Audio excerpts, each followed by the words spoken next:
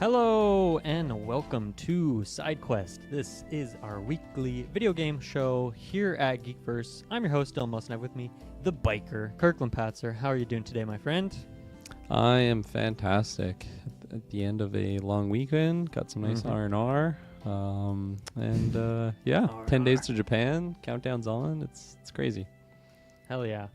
Yeah, we have a fun episode here. We're going to talk about the games we've been playing, of course, as we always do. We're going to be talking about a nice Halloween kind of topic here, talking about scary moments and non-scary games, which I'm really glad you kind of sent this along my desk because this is a really fun kind of thought experiment to think through.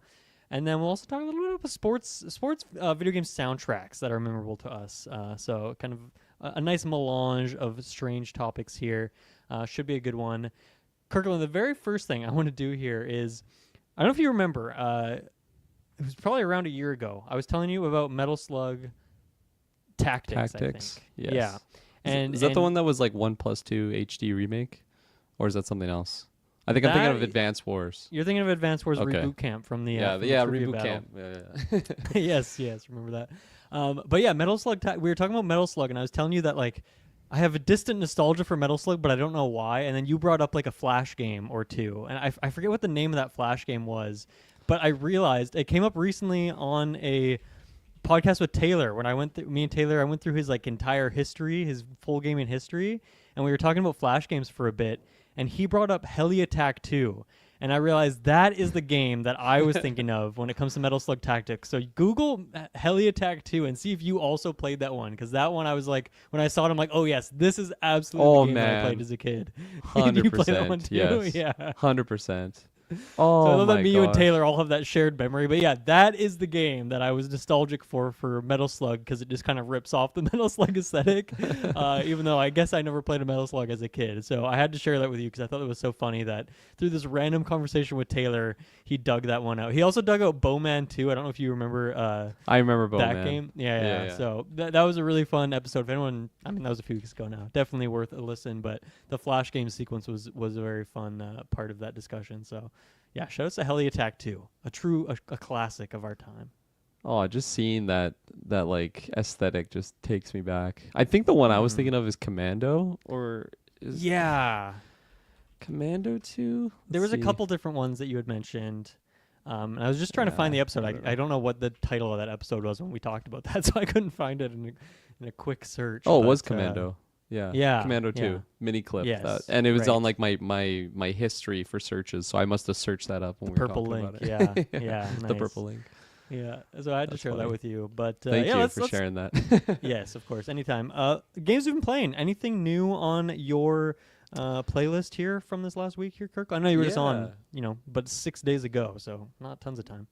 Not tons of time, but within that time I had a sick day, so I was home all day, which enables a lot of free time. And one game I picked up, which I had heard of before, but it wasn't until we were talking about a different title from these crews, which I can't even remember what the new game's called. But this one's called Downhill Bike Lonely Mountains Downhill. There you go. That's what it's called. Snowboard one. This one is the bike.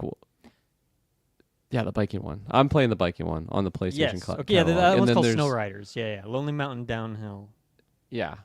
That's what it's called. Whatever it is. Yeah. I finally jumped into it, and man, it is a really cool, unique game. I really, really appreciate the aesthetic, and reminds me, like, not really because of the art style or anything, but like in a way, like the Trials, like those types of games. It just Absolutely. it scratches that like itch. 3D Trials. Yeah, 3D Trials, and man, like really difficult actually. Like I feel like it's barrier to entry. It's pretty simple to just get through the level or whatever, get through the certain obstacles, but it's not until like you start to try and get the unlocks and like beat the times that you're just like redoing these runs, and like you're just flying down these mountains, and because of it, like it's 3D, like you have to go around these obstacles, and I'm just like flying down these corners, smacking a rock, and then it just ruins my my certain run. But you feel so flimsy in that game. you do feel very flimsy, but like, man, if you actually like chain together like a couple quick little like clean corners or maybe like a nice jump that just you land perfectly and you just like carry that momentum. It's so satisfying. So I was having lots of fun. I only played like a couple hours, but just going through, I think I went through like 3 levels, but I was just kept like redoing them as I was going through, and just like seeing some of the challenges where like, let's say I finished the first run in like 3 minutes or something, and then the next one's like 2.5, and I'm like, okay, I could probably do that, if I clean up some of my transitions here and there, maybe if I like find a little shortcut, like I'll be able to get it down. And then but like as it's going down, I'm just realizing that like you can actually cut those times in like half if you like know the right areas to go to, and just like certain gaps that you can perform that it seems like you're just gonna like crash every time, but if you land on like a certain rock on like the side, like you just it's pretty crazy, the like the skill ceiling that game can really have. And lots of fun. Not one that I think I want to like just grind and like master, because it just seems like it would take so long, and it'd be one of those where you get like everything done right and then you make like one mistake, and I feel like I would just get enraged. But really cool game. I really appreciate the physics aspect to it, and just a really cool aesthetic. And definitely I'm not gonna race to it, but I do want to try that snowboarding one when it eventually comes out, just because I'm a fan of this one enough. And Yeah, Snow Riders didn't. I think it's just skiing, actually. I think I said snowboarding earlier, but I think it's just skiing. That one didn't hit for me, and maybe it was just a seasonal thing. Maybe I should download it again in the winter when it's actually, well, not that I get much snow in Vancouver now, but maybe the vibes will be right at that point in time. But yeah, especially because I love that game so much, and that's one that like the Switch and even the Switch 2, not a lot of storage space on that bad boy, but that one always stays installed because like every once in a while I want to come back to it, and it's tricky to come back to it because then you're like, kind of like, oh, I don't remember like the shortcuts and stuff. But I think that's such a fun part of trying to get those times down, is there are so many shortcuts. Some are obvious, some are not so obvious, and some of them are like not even really intended. It's like, oh yeah, if I just do some crazy bank off this rock, I can maybe like jump over this hill. But like mixing and matching of like, okay, I just need to shave off 5 seconds somewhere. Do I add this shortcut, or do I do these other two that are maybe a bit easier, kind of lower risk, but like they don't save as much time overall? And like, going through that element of the game is really fun. And I like that it kind of reuses the same mountains and the same maps, but like changes the direction you're going. So you're kind of encountering places you're familiar with, but now it's like recontextualized. And then like obviously when you get into the upgrades and stuff, it gets like super in depth. But yeah, that game is great because I love Trials back in the day. I haven't played one recently, so I feel like that's kind of taken over for me. And like that same niche of like the physics biking game is like a very specific niche that I love, and also is one I played back in Miniclip back in the day. There was a Trials all the way back then. So I love that game. I'm glad that you picked it up because that's kind of perfect for you. Yeah, 100%. And I feel like the like it was because we were talking about it on a side quest, like that Snow Riders one is what put this one on my radar, because I think I'd seen it and I'm like, okay, that's a video game, but not until we really talked about it. And I double backed on it, and then I was just perusing through the catalog, so I was on there, and gave it a shot. And I don't know, I'm gonna keep playing it for a little while. Like I said, I don't think I'm gonna like fully complete the whole thing by any means, because like there's some of like the challenge requirements in there. I'm just like, I'm never gonna be able to do this. Like this is just insane. But I didn't play a ton of it. I played like just the right amount of it because it's not one I wanted to just beat my head against the wall. It's good to have a challenge, but some of them are just like insane. Some of those later mountains and stuff. Yeah, no, I would imagine it was funny too. Like there was one where I was like, what? Like I'm just gonna see what crazy things I can do. Like I'm gonna crash and whatnot, but let's just see what I'm able to do. And I just like fully was accelerating, like going down a hill, and like I literally just got like the cleanest chain of like turns and just like narrowly avoiding these rocks, where I just like was zooming down this like super steep incline and just like avoiding these trees and rocks, where I was almost just shocked that I hadn't hit anything. And then of course if I were to try to redo that, I'm sure I would have failed miserably. But a lot of funny moments too that just occur in that game. And when you ragdoll into a tree or a rock or something, it's pretty gruesome. There's some blood that just spews out of your character, but lots of fun. Nice. That's great.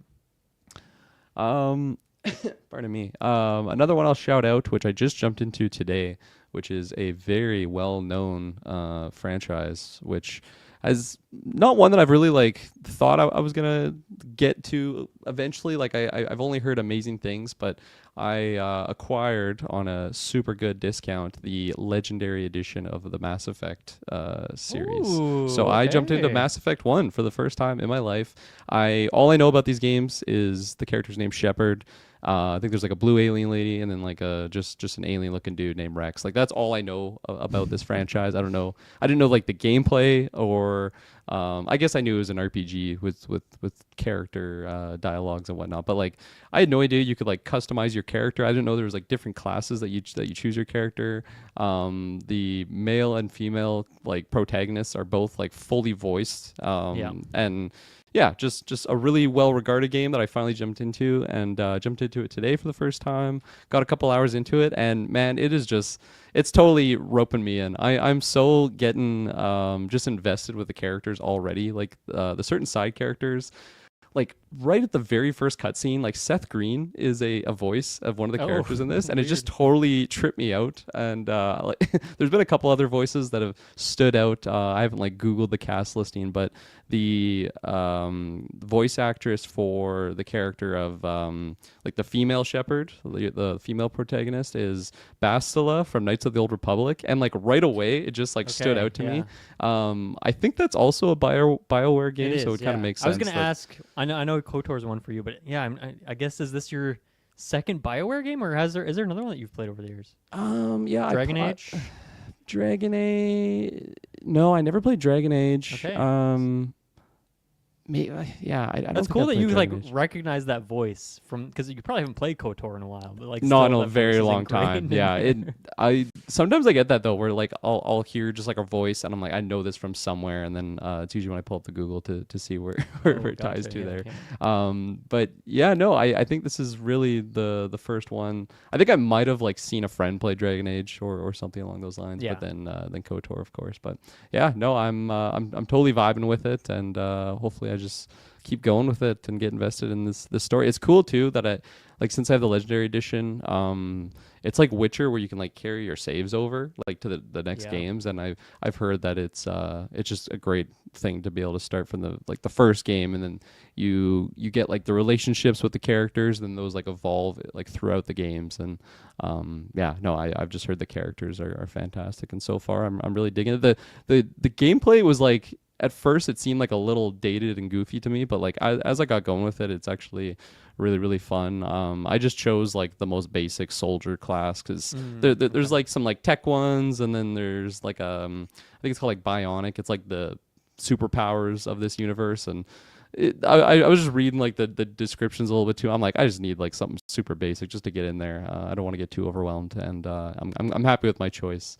There's been a couple editions, I guess, like the Legendary Edition of the game. Like apparently before in the old style, like the classic version, you wouldn't even get max level unless you like redid the game on New Game Plus. But apparently now on Legendary, you can get to at least like all the unlocks for your character. And then I believe also in the original classic version of the game, you couldn't have access to all the different gun types. Like if you were a technician, for example, like you'd only use like a pistol and maybe a Oh, sniper, okay. whereas now like you have access to all of them, which is kind of cool. And yeah, like I think I got it on like PS4. That was just like the version of the game that it is available on, and like I think it looks really great. I think they did a great job with the remake. But yeah, I have no nostalgia for the series by any means, and I'm still really interested in this game that's a little bit older. And yeah, I'm curious how much has been changed too for like quality of life changes as well as like new upgrades and whatnot for the second and third game if I eventually get there. I imagine these are quite lengthy games just because they are big RPGs.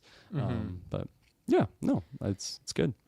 Yeah, it's funny you mentioned that like New Game Plus feature. Like that doesn't make any sense to me because it's like a game that's based on your choices. So like if you play through Yeah. like New Game Plus, you're making different choices, then you carry over to the second game. Like that seems wacky as heck. So yeah, if they fixed that or made that better, that sounds good. But that seems like it could be problematic.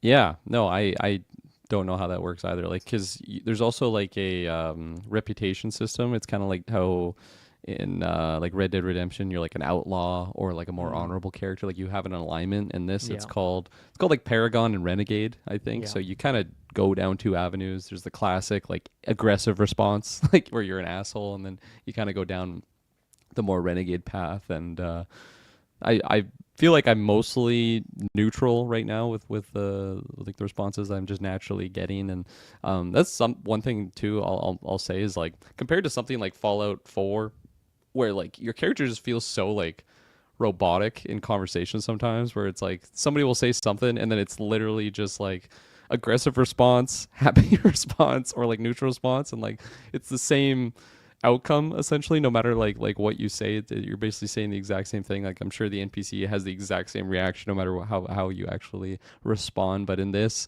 the dialogue options like come up kind of as like the other character is talking, so like you kind of have time to like think about your answer, and then if you like select quick enough, like it just feels like a very fluid cutscene. So it just seems like when you're making those dialogue decisions, like it doesn't feel like I'm stopping like the flow of the natural conversation, if that makes any sense. And it just seems like the responses too, like I think there's like 5 or 6 that you can like quickly choose from. And I don't know, it just feels a lot flowier than I'm kind of used to in those types of games where especially when a character has like a voice actor to it. I feel like that's when it can feel the most jarring, because maybe if the person I'm talking to is saying something and then in my head like this is how I would respond, and then I like select the answer and they just sound really weird, or they or they respond differently. Like that's usually why I tend to prefer when you have a silent protagonist character when I'm playing an RPG, whether it's something like Elder Scrolls. Like it just feels more natural, or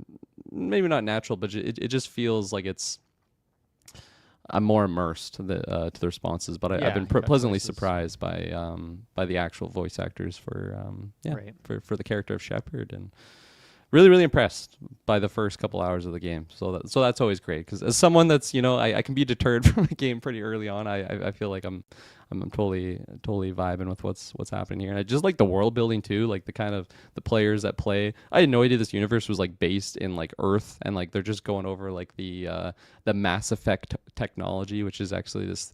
It's basically their version of like Spice from Dune, where like it allows them to do space travel and stuff. And like they found it on Mars in the year Oh, interesting. I didn't know 2143. that. So yeah, it's just like I'm totally vibing with the world building. I imagine it just gets pretty crazy since there's 3 games.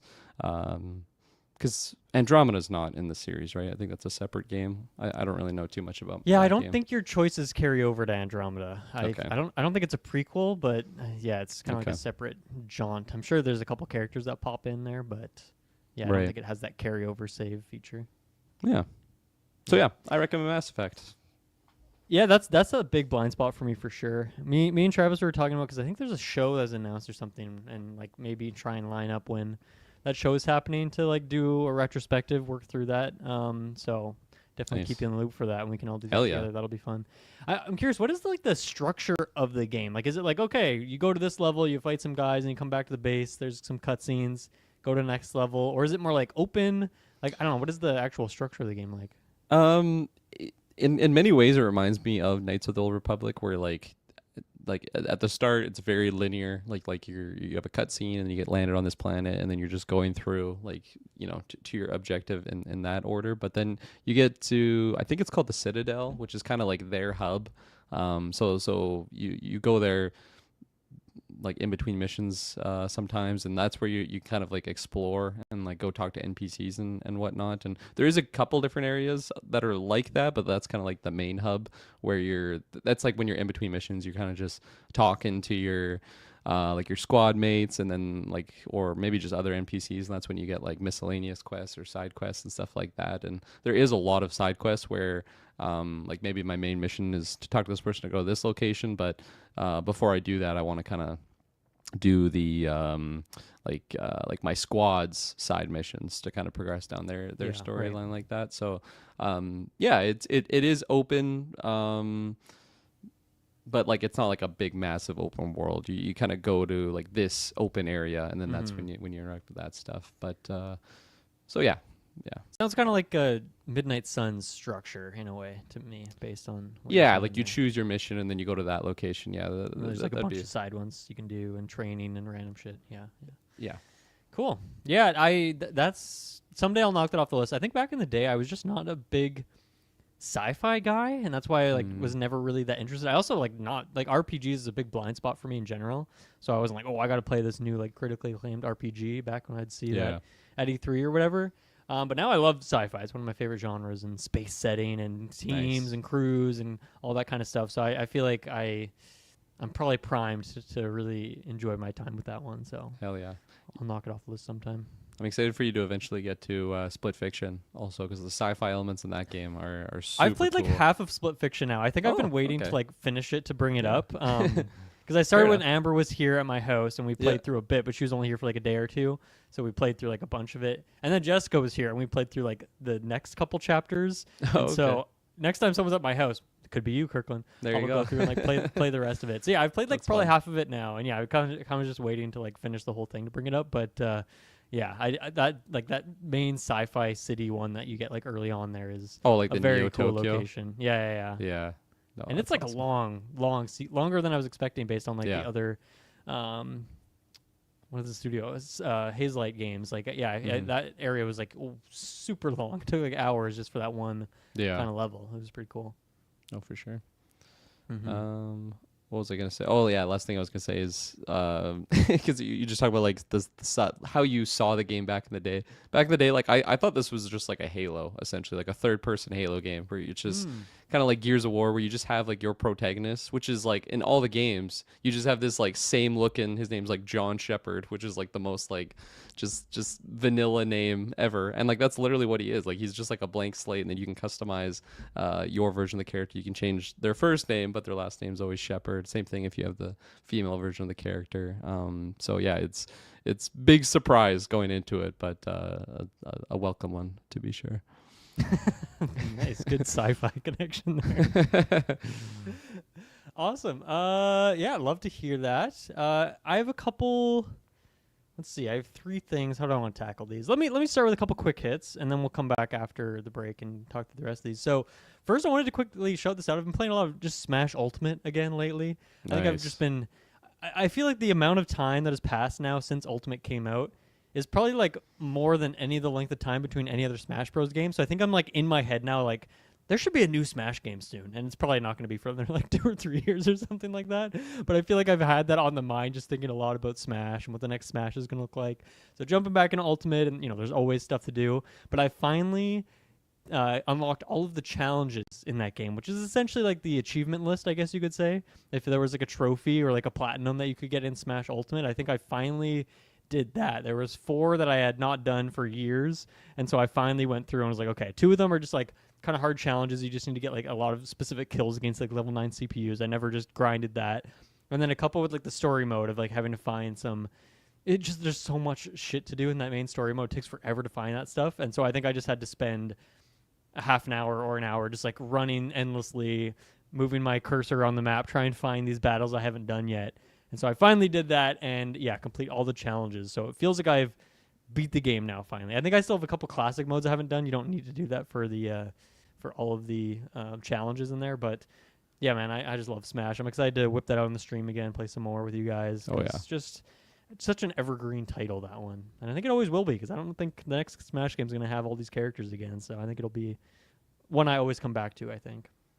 Yeah, no, it's definitely my favorite Smash, just in terms of the roster, and it's just such a beautiful looking game too. Like Yeah, like those battles are just so cinematic, and I love just like the zoom in close shots of like DK's reaction or something. Yeah, Like just all the the attention to detail is fantastic, and yeah, it's stellar. Mm-hmm. I don't even think I've played like with all of the DLC characters that have been added, like since there's one named Hero, right? Hero from Dragon Quest, yeah. Hero from Dragon Quest, I think.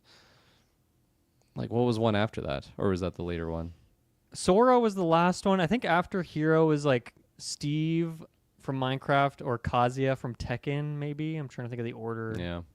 Those were kind of the last. Byleth was like one of the in the second phase, I think. I remember Byleth for sure. Banjo was in the mix somewhere in there. Right. Yeah.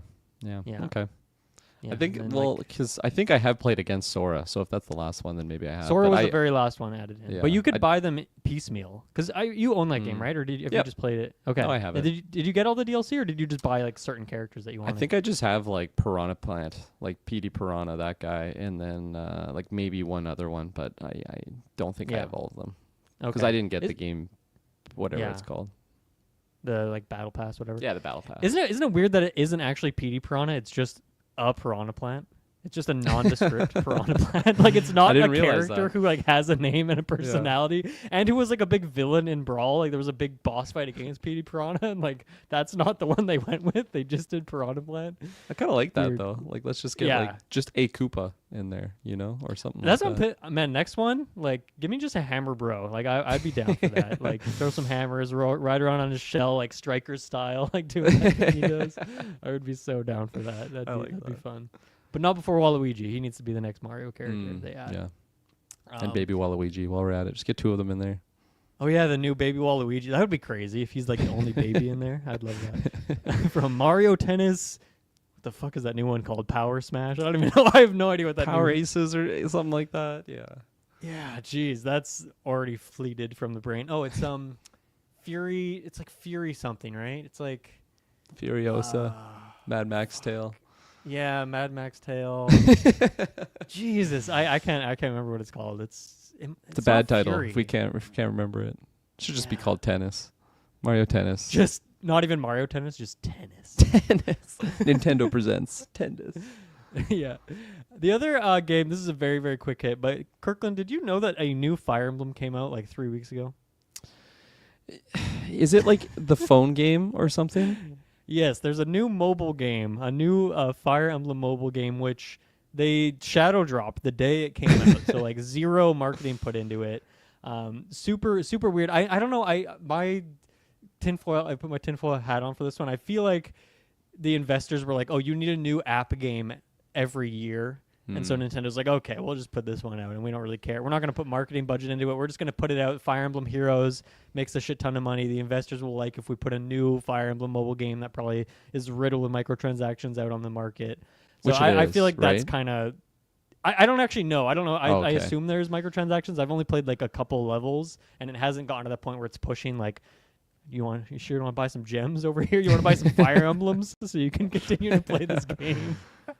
Because like I was watching randomly. I just got hit with. I think it was because of the announcement for like the next Fire Emblem. I just got like an itching for whatever. So I was just watching this random YouTube video. It was breaking down just some lore elements for Three Houses, and Ooh, okay. I think that's when it led to that game. And I assumed it had already been out for like a long time. And because like the big selling point is that it has like every character, right, from like every single Fire Emblem game that you have That's access Heroes. I think Oh, you're okay. thinking of Heroes, maybe. to. I think maybe that one then. Is it That's still the a one phone that's been game? out. Yeah. That one I feel like has been around since like before Three Houses even came out. Like Okay, I think that must be it's the been one I around- think of then. So I don't know about this one. So inform me. Yeah. Well, Heroes is fine. Like it's a gotcha game. It's you gotta log in every once in a while, get your stuff. But it does have like every character, and there's like fan service everywhere. Like there's just get your bikini version of Violet or whatever. All Buy that your stupid Fire stuff. Emblems to get your Yeah, bikini. but it actually is like Fire Emblem gameplay. It's like the weapon wheel okay. and it's like a grid and all that. So this one is still a grid. I don't think I've said this yet, but the game is called Fire Emblem Shadows. It is on a grid. It's like a 6x6 grid, but you don't. It's an auto battler, so you don't actually like move your player around in like strategic position. It's on a grid. The character moves around, moves up to opponents. At the end of their turn, they attack if they're next to someone, and maybe there's like archers you can get later on. And then it goes to the enemy turn, and it's like 10 seconds for each turn or something. They walk around, they decide where they want to move, and then they strike. And then the interactive part from you is that you have like different spells you can cast. So you can like drag the heal spell onto your unit. You can drag like a fireball spell onto this. And then kind of like that sword, axe, lance, weapon wheel, they kind of have that with magic as well. There's like, oh yeah, like red magic beats green magic beats blue, and that sort of thing. So there's also that kind of element to it. So that's like the basic gameplay, and I'm guessing it's kind of small. It's like maybe there's like at most like 7 or 8 units on the board at any time. Usually it seems like you always have 3 on your team. And I'm guessing you like pick those later on. So far in the first early levels, it just kind of like is forcing me into here use these characters. Not characters I recognize, by the way. So I think maybe there are new ones in here, but I'm sure it will, or if it doesn't already, incorporate all the characters you know and love, and that way you spend a lot of money to see them in bikinis, right? But then the extremely weird part about this game, because all that sounds okay, fine, it's a grid-based game, but we do auto battler. Sure, that sounds interesting. The weird part about this is that it's also kind of like Among Us. Like you're fighting enemy units, but then one of your units on your team is an imposter, and they're a traitor, so they're casting spells on you, but you have to deduce which one of them is doing that to you. And then so at the end of a battle, assuming you win, you pick who was the imposter. And then also CPUs, or maybe it'd be other human players when you get far enough, are like, ooh, I think this person was the imposter. I think this person was. And then eventually you can obviously become the imposter as well. And then you'd be put into an online game, I guess, and you can like try and screw people over. So you have to kind of be subtle about it, of like, I don't know what the strategy is, and I'm not going to take the time to figure it out. It's a weird game. I played it for the curiosity because, hey, a new free Fire Emblem game came out. I got to see what this is about. It's really weird, though. But I think just because of that, like, Fire Emblem mobile game like Heroes, throw in that really popular, like, social deduction element that's, like, all over games these days. That seems like investors will be happy. We'll make this game. So maybe I'm very cynical about this, but it just seems like a strange little release for me, especially the fact that they didn't announce it at a direct, which they've had 3 directs in the last like 3 months. They could have had an ample opportunity to show off this game in a bigger way, but I don't think they are really that proud of it. So I think they just kind of like kicked it out, said, you're 18 now, you got to move out, and just good luck out there, kid, kind of thing. So I don't know, weird. Very, very weird. Yeah, definitely not one I'm going to be seeking out. That's crazy because I do recognize like seeing this thing for Shadows. I think part of me thought that was like the new one, like the new big one that they announced. Fortune's Weave, which is another name I keep forgetting too, just like Mario. Yeah. But that's cool. Hey, maybe someone's enjoying it, and you know what? Good for them. Okay, how about we jump to a very quick ad break?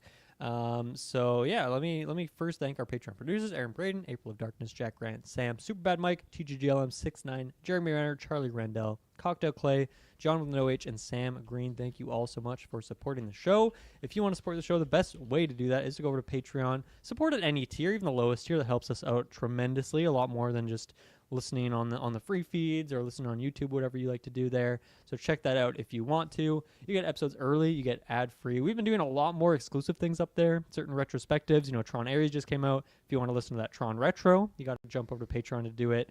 And yeah, it's just, you don't have to listen to ads. We don't like ads. No one likes ads. So just go over there, check that stuff out. You can also join the Discord.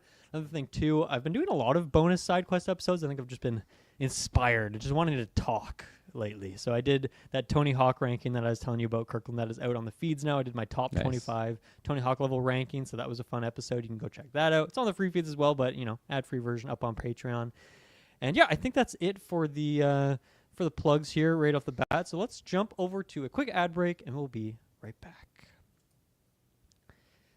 Okay, we are back. So one more game that I had to shout out here. Well, kind of 2 in 1 here. So now that it is officially October, Halloween, spooky season, all that kind of thing, I've queued up a few, downloaded a bunch of horror games, jumping into different ones. First one I jumped into was Resident Evil 0. So there's 2. I have Resident Evil 0 and the original Resident Evil, like the remastered versions of them, and Resident Evil 6 all downloaded, and I didn't know which one I was going to jump into. But for whatever reason, I jumped into 0, and I've played through the first couple levels of it. But man, I think this kind of happened recently. I know you jumped in and played some Dino Crisis, but then it was like, man, this is hard to like play this game. Like the set camera angles, the tank controls, the oldness of the game, and even though this is like a remastered version of Resident Evil 0, it still has those same things. And I wish I could get into those games, but I just can't. I just don't like the set camera angles. I don't like the tank controls a whole lot. The inventory system in this game is horrendous. Like, you can carry so few things. It just drives me absolutely nuts. So I've played a couple levels, but I don't know if I'm going to keep going. Like, I have really enjoyed my Resident Evil journey, but for me, it is hard to go back to some of these old ones that don't have the remaster version. I think the coolest thing about this game is that it's Kirkland. Did you ever play the Hazelight game? Actually, maybe it was before Hazelight was created, but Brothers, A Tale of Two Sons. Did you play that Oh, one? is that where you had like two? You're controlling both of them, right? With like the Yeah. two analog sticks. Yeah. No, I never played it, but I knew Okay. of it. So I mean, I thought that was like a novel mechanic. I thought that was new, but that's actually what this game did like years before Brothers came out. I think maybe not. Maybe I'm lying with that, but I think that's might be true. Where yeah, you have two characters, each one on the control stick. You can also just swap and play as one solo, and then like put them on the other one on auto if you want, which you'd have to do in a lot more maybe puzzle sequences or like certain combat sequences. But if you want, you can just kind of truck through the map with both of them at the same time, and then whatever one is like your primary one, that's one you would like aim and shoot with. You can't do that with both at the same time.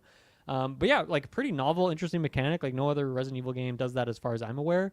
But Resident Evil games always have an element of like, oh, you have maybe multiple characters you can pick and you can do different playthroughs, or you can play through the game a second time and now it's different if you're playing as Claire than if you're playing as Leon, or there's this DLC where you play as Ada. And so I think it's cool to take them and rather than split them apart, now you can actually like have the characters bonding because they're next to each other and they're interacting with each other, whereas normally they're always like on an alternate timeline kind of path. So interesting for sure. It's just not my cup of tea, unfortunately. So I still have it downloaded. I might continue to stick with it, but I did a couple levels and somewhat bounced off of it. But what I bounced off of it to is one that I've really had on the list for the last couple of years and finally given a shot here, The Evil Within. I've been playing through The Evil Within, which is the Tango horror game from, God, I don't know. I think this is a 360 era game. It might even be early Xbox One era. I'm not sure exactly when it came out. But yeah, this is one I've always had on the list. Like I don't really know much about this series. I just remember that Evil Within 2 is one that we all talked about a lot on the podcast. Just E3s, all the Bethesda showcases. We always see those trailers and I'm like, damn, this game looks cool. But even more so just for the vibes and the visuals of it, not necessarily like having much of an idea of what the gameplay is. But yeah, I guess the quick history that I didn't know, but I kind of suspected while I was playing, then confirmed when I looked it up, is that Shinji Mikami, who went over, he's the director of this. He went over to Tango, or founded Tango. I forget what the order of it is there, to make this game, direct it. He is the original director of the first Resident Evil. And then he came back for Resident Evil 4 specifically. He also created Dino Crisis. So funny going back to the Dino Crisis thing. So obviously like kind of a super important name in the world of survival horror and like specifically kind of those kinds of games, the third person ones, the set camera angle sort of ones.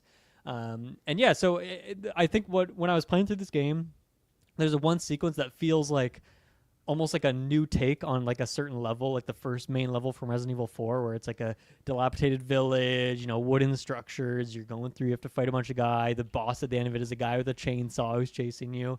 And so I was like, oh, this game has to be like, I knew this guy, the director, had something to do with Resident Evil. I couldn't remember exactly what it was, but when I looked up that like, he did 1 and 4, and I was like, oh yeah, this is like, he's just doing the best hits almost of like Resident Evil 4 again, which is cool. But yeah, I think I'm maybe halfway through this game now, and I gotta say, I freaking love it. It is so cool, such an interesting game, super trippy, like crazy visuals. I feel like constantly you're just walking through a level, and then you're walking through like a swampy area that's actually like a pool of blood, and then you just get sucked underwater, and then you're just teleported to a new area, and now you're just continuing on this new path. And who cares where you just were and what the logic of it is? I think that's part of it, is like this insanity, or like your character kind of losing it. And I'm sure there'll be a lot of reveals later on in the story. Right now I don't know what the heck is going on. I just know that there was a weird attack at a hospital. I was a cop. I was sent there to check it out, and then I've just been going on this wild ride ever since. I was in this dilapidated village, castle area. I was in some insane asylums, Outlast style, going through like bloody sewers. It just goes like all over the place, and I think that totally works for a game where the narrative is something about, the evil within. Even that name itself is kind of implying something about, I don't know, some dark side of yourself, or like some insanity, something like that. And there's a lot of brain imagery in here too. So I think they're definitely hitting it over the head of like, yeah, your character, he's seeing things, he's hearing things that might not necessarily be there. So really enjoying that part of it. I think the other thing too is like Resident Evil as a series, a lot of it, especially 4, feels very action movie-y, feels very filmic, very cinematography focused, all that kind of stuff. Obviously there's like the gameplay, but then like specifically the cutscenes and like the set pieces. And this game is very much that. Like it even defaults to have letterboxing for the screen, which I turned off almost immediately because I'm like, oh, I got a big TV and I want to see the whole thing. I don't want to lose 40% of my screen or whatever. And then there's even like, I can't tell if it is like a film grain kind of overlay or if it's just like a 360 era game and it looks kind of old and janky, especially on like a bigger TV. But either way, like the combination of that and like this game has a ton of big cutscenes. The opening of the game, there's not much gameplay for the first like half an hour. There's just a lot of like big cutscenes, big set pieces, things exploding, driving, chase scenes, like all sorts of crazy stuff happening before you really like get into the gameplay rhythm of it all. So yeah, really enjoying that part of it. And then I think gameplay wise, it feels very similar to Resident Evil. There's third-person action combat, very much like you have very limited ammo, so you got to be really precise with your bullets or deciding, is it even worth it to shoot this enemy? Should I just run past this one? That kind of stuff. But I think there's like a better or more interesting focus on like stealth gameplay. And as a big fan of stealth things, I'm really enjoying like the first big village sequence you go through. There's like 2 or 3 different separate zones. You can kind of sneak around behind enemies, get the free stab kill on them. Try and not get caught, but the enemies see you through like a window and then they'll just run up and smash through the window and like chase you down. That's so which scary. Which is great because I'm like, oh, I'm in a building. They're not gonna be able to see me, but then I stand up and they see me through the window and then just like chase me down, weapon style, just like smashing through. So, it's not too terrifying yet, I would say, but there are certainly like there's some invisible enemies. There are really jump scares. I think that's why it's not shocked me too much so far. But definitely, like, man, the ammo is always just above 0. Like these cutscenes, these set pieces, I should say, really feel like perfectly tailored. Like the balance is right there, where I'm always just using my last grenade, my last shotgun shell. I've ran out of stuff, and then I can load up before the next one. So, this game's really, really great. I'm really enjoying it. Do you find like you're always at one shotgun shell to empty, like just because? Well, you already said that you're not really like just melting clips into people. Like you are being strategic, but like is that something where like you find this is the mechanic, so therefore I'm like gonna hold on to everything? Like are you being very strategic in that sense, or is it just the way that the game is naturally playing out? It's kind of working. Like, do you have to think about that a lot, like that element of balancing it? Because I'm sure that just also adds to the scary element of the game because you are so limited. Big time. I think so far there's really good flavors of like that village sequence. There was a ton of opportunity for stealth, and so I could go around, I can get the free stealth kills, and that way I'm not using any ammo. And so when I did get to the point where I either got caught or like the boss, you have to do a big fight with him. You can't just stealth kill a big guy with a chainsaw. Like, okay, I had enough ammo, like barely just enough to get through that. And I don't know, if I was gunning down everyone, I don't think I would have had enough for the boss. So I don't even know what I would have done. I guess I would just have to die, restart the checkpoint, and like try again. And then other sequences, like, a big part of it is like every shot counts, but also like the tight corridors. I'm missing shots, and man, when I miss a shot, it feels horrendous because like I know how much that really means. So yeah, it really is like frantic, and some of these areas are really claustrophobic, and so it feels like perfect. And I think if you really run around the arenas, you'll find like a couple pieces of ammo. Okay. And usually I find those like after the battle is done. I just don't have time to just like search every cupboard like while I'm mid battle, right? So it's like, okay, maybe I can reload after. But worst came to worst, maybe I could have found some extra ammo somewhere. But yeah, I'm definitely like, okay, I'm out of pistol ammo right now completely. So I'm maybe even going to take that off my hotkey and like put on like a grenade instead in that position until I find some more of this. And then you have the one like regenerating source, potentially regenerating you have is one of your weapons is a crossbow, and then you have different crossbow types. So you can get like explosive tips, you can get like a harpoon shot, electric shot, that kind of thing, and you can make ammo for that. And that ammo is generated from dismantling traps that you find in the map. So you're also incentivized to really explore. Oh, I found a bear trap. I'm going to take that apart. Hopefully, instead of getting caught by it. There's explosive traps, there's like spike traps, all sorts of these things. And when you find those and you disarm them, then you can turn that stuff into ammo, I think only for the crossbow. I don't know if other guns you can make ammo for. And there's like a shop where you can like buy like upgrades for your character, but I don't think you can buy like ammo there. You can buy like ammo capacity. So yeah, it feels very limited in that way. And there isn't like a Resident Evil shopkeeper yet. Like there is those upgrades, as I mentioned, but no one where you can buy actual ammo from. So I think there are some systems later on that you can unlock to like get some of those things more consistently, perhaps. But yeah, I'm like feeling like I'm kind of always on the ropes. And some of these sequences, you can't stealth them. Like there's just no way. It's too narrow, too much of a corridor. And then other ones where you can, I'm trying to be like, okay, this is a chance where I can conserve some ammo here. But some of these bosses too, man, they're just tanking shots all day long. So it's like I guess I'm just gonna keep blasting them and try and hit them when they're next to an explosive barrel, things like that to save ammo. But yeah, it's like these boss fights are really intense so far, and yeah, that makes it freakier for sure when you're on the ropes, especially when you have to defend a guy. I've had a couple escort missions, which this was funny when you mentioned just like that voice actor that popped up and you kind of recognize them. And this happens for me anytime this freaking actor's in a game. But Yuri Lowenthal, the voice of like Spider-Man in the Spider-Man games, he's in here as like some detective guy, and like it takes me out of it. His voice is so iconic to me, especially when I'm like in a scary game and I'm like just hearing Spider-Man over there with like his dopey glasses on and all that. So that was a funny character pop up in here as well. So this game's really good. Like it's really challenging, even on just like the standard difficulty. Usually I play these horror games on like easy, but I'm like, okay, I'm gonna try survival this time around. We'll see how far I get, and I think you can unlock higher difficulties once you beat the game. But yeah, like there is a pretty extensive like RPG mechanics of like leveling up your character, basic things like health and ammo, but then like different you can all sorts of upgrades for your weapons. Each one it's broken down into. So there's a lot going on here, and I'm sure there's replayability because Resident Evil games kind of always have that, especially 4, which is another game that he directed, of course. So it's cool. This is a studio that like I played Hi-Fi Rush when that came out, which is not a horror game from them, and that was a really cool game. But knowing that their roots are more in like this scary ass horror stuff is really cool. So yeah, I'm really glad I'm knocking this one off the list because it feels very distant, like a cousin of Resident Evil for many reasons. So really recommend The Evil Within. I probably won't play 2 right now. I'm probably just going to play through 1 at the moment, save 2 for next year or something like that. But this has been a good game so far. Nice. That's awesome. Yeah, that's one.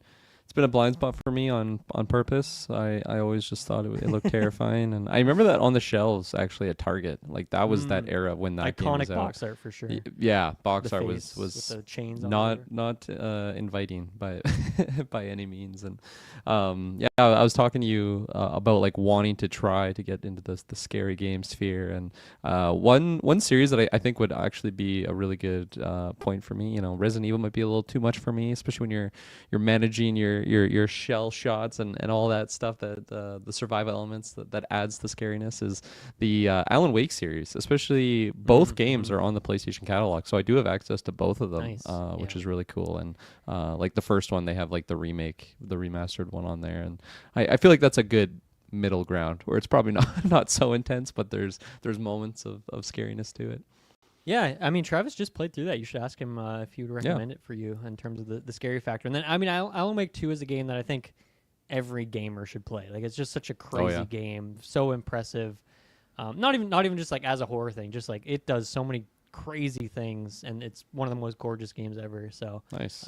Definitely recommend that one. But you should probably play the first one first. It's been so long since I've played that one that it's hard for me to comment on how scary it was. It terrified me back in the day, but I was also scared of everything then, and now I've been playing a lot more of these things, so I don't know how much it would affect me. I mean, 2 was scary as well, but it was just 2 is chock full of jump scares specifically. So it's a different kind of scare, but it will just crazy big face, scary face in front of you with loud music. So it does that a lot. Prepare myself. For some people it's cheap, but it works. It wakes you up. That's for sure. You said that everything would scare you back then, but at least you were, if I remember correctly, you were at least doing the game properly, where you had like the headphones on, didn't you? Yeah, there you go. That probably didn't help because I was already scared. And then, but you're doing it the way it's supposed to be only played. With the headphones, only with all the lights out. That didn't help. But Evil Within, I've been doing when it's later and I don't want to wake up by the people that live in this house. I've put the headphones on and I've been having that. And like the sound design is great. It's such a wet game, just dripping blood, walking through soggy water. It's a very moist game so far, but successfully so. It makes it gross. I feel like there's just so much symbolism in like just moisture and it being related to death and just decay and things like that, just rotting, like stagnant water just being attributed to like just disease and awfulness. There's something to it. Yeah. But then you have like flowing water, like a nice river, and that's like life's nectar. So it's crazy how differently two different versions of the same the same element can lead to. Yeah, I mean, it's 70% of our planet, right? I guess it has to have some variety to it, It's true. And us, isn't it? Like 70%, something That's like true. that. Yeah, we're just like the planet we live on. Well, Evil Within is a scary game by all measures. But sometimes there are scary moments that happen in games that aren't scary at all. This is something you wanted to talk about. So what jump started this thought for you? What shocked you with this one? I don't know what jumped out at me to like think of this. I maybe it's just because it's October 13th right now. At the time of this recording, there's spookiness in the air. We're leading up to Halloween, and I think that I'm just thinking about spooky stuff, and something that's always been a fun idea is that concept of like a non-horror game that has just like a really freaky part in it that I don't know, whatever it is, it just scares the bejeebers out of you. And I quickly thought of just like a handful of ones that I feel like I've never had like completely out of my mind. Like a couple of the ones I'll list off is like, those are like core memories to me that like to the point where maybe it like scared me so much that it just scarred my brain, and I'll just never be able to get past those certain elements where like, man, at that point in time, that was probably like the scariest experience I had was playing this mission with this game. It's like a rated E for everyone game, but just because of the environment, whatever it is, it was so terrifying, and just stuck with me. And I feel like some of those, like I noticed a trend too, like on my list, a lot of them have to do with a character like chasing you, the player. And I feel like that is like the biggest scary thing in a game is like, if you're watching a horror movie and someone's being chased, like it's scary, but like that's not you. You know, you can always close your eyes, look away, and like the movie's still progressing. But when you're playing a video game, like you are that person being chased. So like if you run the wrong way, you're gonna get eaten or whatever it is. So there just adds so much intensity to it. And I mean, I could just link right into to some of the ones on my list if you don't mind, if Please. you want me to. The first one on my list, this is the first core memory, is from the very first Harry Potter video game, the Harry Potter and the Philosopher's Stone. There is a mission where it's if you've seen the movie, it's the troll in the dungeon sequence, and Harry and Ron, they go to the girls' lavatory to find Hermione, and there's a troll in the dungeon, and the video game plays a little bit differently. It's like a chase sequence. So picture like Indiana Jones with the big like rock chasing you, big boulder chasing you, but it's the troll, and like you're leaping up objects, stuff like that. And not only is this just like a chase scene, but it also is attached to another sequence of a mission where you actually have to like get a key and like go over like these different obstacles, and like you can't be caught by the troll, and it's just so terrifying of like the music elements to it, where it just has like that intense music when it like sees you. Audio design is such a big part of making things scary, even in Harry Potter way back in the day. And mind you, this is a PS1 game, so like pixelated looking creatures probably add to just the scary level of it, where it just looks even more monstrous. But yeah, that I remember playing distinctly with Hidalgo, good old Tyler G. He was over at my house, and we were like screaming like little school children. I mean, we probably at that age where it made sense, but just so terrified like playing that game, and just like one of us had the remote and the other one was just freaking out with the big troll chasing you. And just a core memory of mine that I'll never forget about. And I think it just like, that's such a real thing of just things chasing you. Like it's just such a freaky feeling, like whether you're a kid and your parents chasing you just to like play around, like it's just a fun freaky element. And Harry Potter and the Philosopher's Stone definitely captured that essence. Hell yeah. No, I love what you mentioned there of just like the creepy pixelated troll, because I feel like that's a big part of it for me. And maybe it's just as a scared little kid, but when you first mentioned this, like a lot of N64 games came to mind for me. And I think part of it is like the textures were so low res, the polygons, were limited. You could count the polygons to the point where like you would almost like see things that weren't actually there, or you'd like imagine things, or like it made it freakier because your mind had like fill in the details. Whereas versus now, where it's like obviously, with some of these 4K looking games have the scariest looking face, but like at least that's a knowable thing. Like you can look at it and know exactly what it is. But even still, you look at some of these old N64 games and it's like, what am I even looking at? Like I feel like there's got to be some N60 like Mario 64 like obviously there's like the Booze Castle, which can be a little bit freaky. But I also I was thinking of like Donkey Kong 64. I know there's a couple areas in there where like the music's a bit creepier, like the Gloomy Galleon, like a little bit of a freaky area. Things are looking weird. You're feeling like out of your depth a little bit. But the two that are come to mind, and because these are not scary games, but these are intentionally scary moments, is Zelda Ocarina of Time and Majora's Mask. Both have like terrifying moments in them as a kid. And for me, I never beat these games as a kid. I would just like vibe in these worlds. I'd walk around in like the early playable areas, and I just never knew how to progress. I would just hang out. They were chill games for me. But in Ocarina of Time, like when you're going through and with like adult Link version, going through like the city of Hyrule, and there's like the zombies there, and it's just like a completely dead, isolated town. No one's there anymore. Like that shit is terrifying. Like the music that plays there is horrifying, and that almost has like I don't know if this was intentional, but I feel like it has a Resident Evil. It has like a set camera angle for that. Like it's not third person in those moments. It's like a weird zoomed out version where you're seeing the town from like a distance almost, and so you're like kind of walking through it. So it's hard to navigate because one, it's like early 3D, but also the camera's in a really weird angle. It's like really low to the ground, I feel like. So that made it freakier. And then, I mean, Majora's Mask, not a horror game, but I think it is supposed to be terrifying, right? At certain moments. Like, obviously, the music, if you just listen to that theme, if you're just on the main menu alone, just listen to the theme. At first, it's fine. Then I guess it's some really weird places. They're creepy as hell. And then, man, that freaking moon. When that moon is coming down, and once again, I could never get far in Majora's Mask. I didn't know you could rewind time. I didn't know any of that. So I would just walk around town, and I would look up every once in a while, see that moon coming down, and that creepy freaking face, and then like it starts to like gyrate, and like the game is like, you know, vibrating, everything's like shaking when you do that. I would just like go into like the hotel in the town. I would like go on one of the bunk beds. I'd like hold up my shield. I remember doing this. I was like terrified that I was like about to die to this like moon. Not that like a shield would protect me against the moon crashing down to the earth, but man, Majora's Mask and Ocarina of Time, terrifying games for me as a kid. Just in certain moments, certain places. And then obviously sometimes it's like nice jovial overworld music where you're walking around in towns and there's dogs and chickens and all this fun stuff. But definitely I think that's like the earliest like scary game moment for me that I can think of. Yeah, no, that's a great mentions. I feel like Majora's Mask is the big like standout one. I never played Majora's Mask, but I remember being over probably Hidalgo's house watching like his brother play it, and just it just terrified like me as a kid. Just the imagery of the mask or the moon, like just had no right to be that scary for a kids game. I actually have a Zelda game on my list. Okay, mine definitely less scary, especially that it features Toon Link. This is going to be a Wind Waker shout out. My favorite Zelda game of all time, and not really a scary game by any means. There's a couple of freaky moments, like maybe the first time that you experience like the big tornado, like cyclone that develops, and then it pulls you into like the big octopus. Like that can be freaky.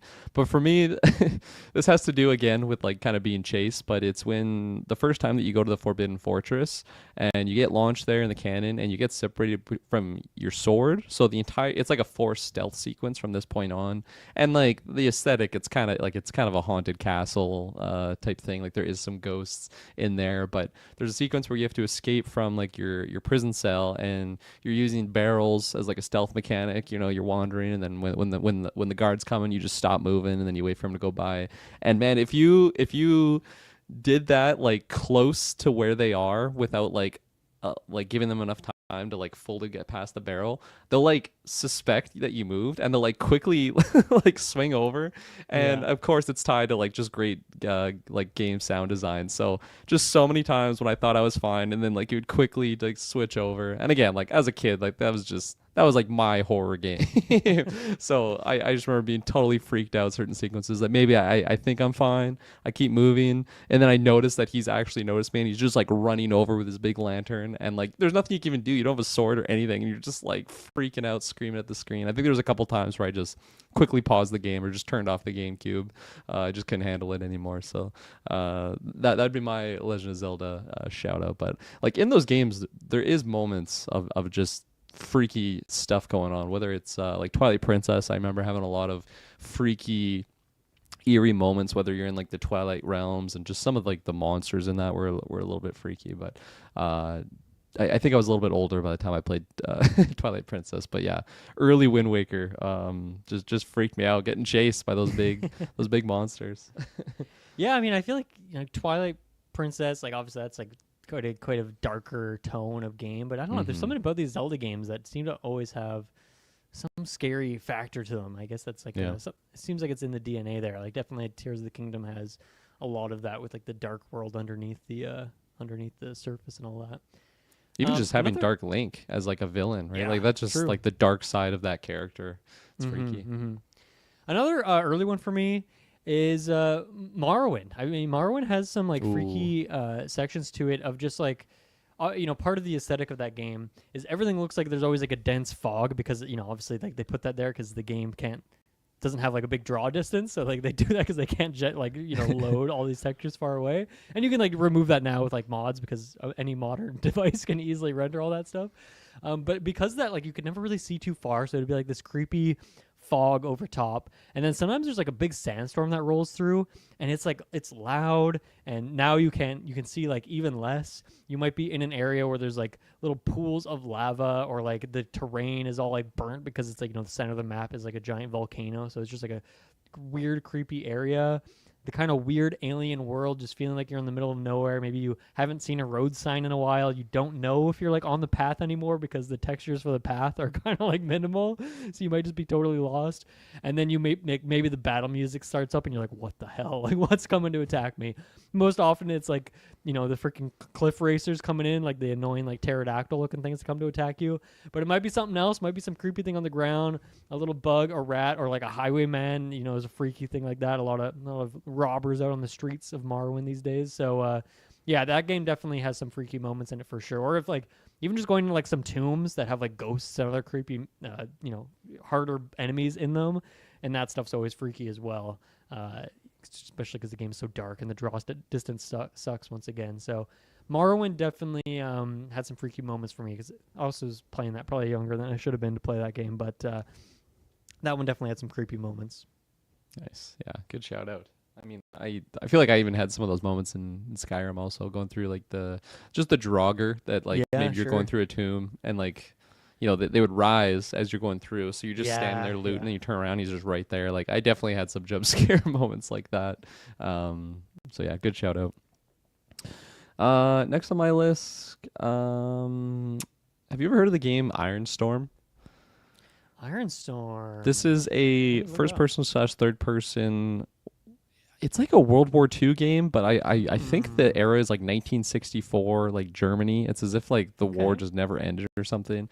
Just a really obscure PC game that my dad had back in the day that I remember playing on the family computer. And one, I was definitely probably too young to be playing. It's probably like a T for teen or M-rated game, but really cool aesthetic. Like looking back on it, like I think I only got to like the second mission just because it was so difficult. Like as I had no idea how to play the game. It's like the first time I played Hitman 47 back in the like I had no idea what to do really. Like I would just wander around the maps. But in this game, I think it's the first mission actually. It's like trench warfare, so you're going through these trenches, and at a certain point, you got your classic troops that you're shooting or whatever. But at a certain point, they release these like hounds into the trenches that are chasing you, and not only that, but they're like strapped up with like suicide bomber dogs essentially. My God. So when they get close to you, they just explode.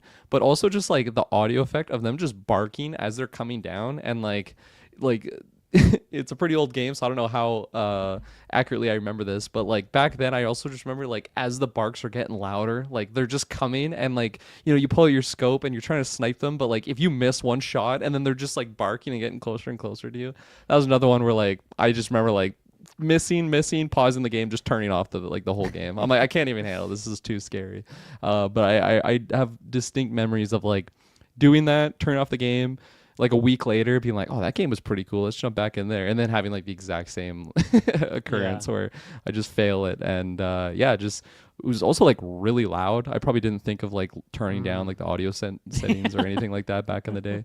But yeah, just those barks, man. There's I mean Resident Evil 1 too, like famously those dogs in that mansion, like the first time they burst through the window, it's just so scary when you have hounds chasing you in video games, but especially when they're strapped with dynamite. So shouts out to Ironstorm, anyone that has played that game. I remember talking to my friend Carson, who like he was out at my house and he's like, oh, you got Ironstorm too? Like he just knew the game.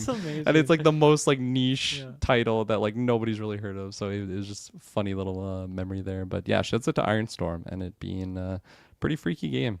Mm-hmm. Yeah, I learned about a new game today. I've never heard of Ironstorm before, so thank you for that. File that away somewhere and maybe it'll come up someday. Yeah. Trivia the remaster. Yeah. Next one for me. This is probably going to be. I don't know if you had it on your list, but definitely would be a shout out for you. Two games here that I'm kind of lumping together, but there's other ones in the genre that make sense. But What Remains of Edith Finch and Gone Home, which Nice. Yeah. not games that are supposed to make you feel good, but they're certainly not horror games or like scary games. Or at least I wouldn't describe them like that, right? But like they definitely have their moments of just like creeping around an abandoned house. You are trying to find someone, so you're trying to find something, and maybe you do, maybe you don't find stuff. But like, yeah, just creeping around this house where like things are kind of abandoned, things are kind of left untouched. Like what happened here is, in Edith Finch, there's like a whole story about like a serial killer, right? And it's like you're thinking about, geez, does that guy like exist? Is he in this house? What's going on here? And I mean, Edith Finch has its like terrifying moments for sure.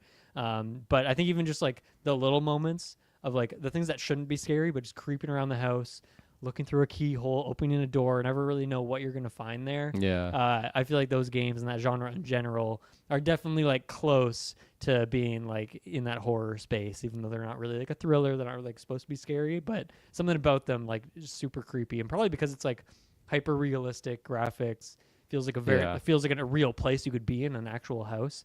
So I think that definitely adds to the creepiness of it. 100%. Yeah. I like while playing through any of those games, even Firewatch, I would shout out like, just because you're going through like an area that there's nobody in it, but like at the same time, I'm just waiting for someone to be there, or like waiting for something to happen. So it's like the possibility of what could come is what's freaking me out the most, especially like you said with Edith, like you're looking through keyholes and I'm just waiting to get like a face looking at me or something. So, yeah, good shout out. I didn't really have it on my list, but yeah, I definitely would throw those out because there's just certain moments, or like the one story you're going through and you're like through the perspective of the monster, like it's just a really freaky sequences. Shouts out to those games. Okay, this is like a light little honorable mention, not one that I like thought of initially, but just the flood in Halo. I think I would shout out like in particular the first Halo, just because it's the first time that you're like experiencing them, and it's just so different than like the sleek Covenant that you're shooting. You're fighting. They have their blaster pistols and they're monsters to a human level, but or like if you compare it to a human, but like it's still kind of humanoid. But like just seeing like the face hugger things in the flood, and like when they're just super gross, and especially like Halo always had such. I'm sure it doesn't stand up to today's standard, but like Halo 1 back in the day on like the original Xbox, just like having a flashlight in dark corridors was such a cool like element of like lighting. It just looked really, really cool. And when you come around a corner and you just see these gross flood coming at you, definitely terrifying back in the day. And I feel like it only got scarier as the games got looking better and just more and more crazy. So yeah, shouts out to the flood from Halo. Nice. I'm running low. I got a couple more here.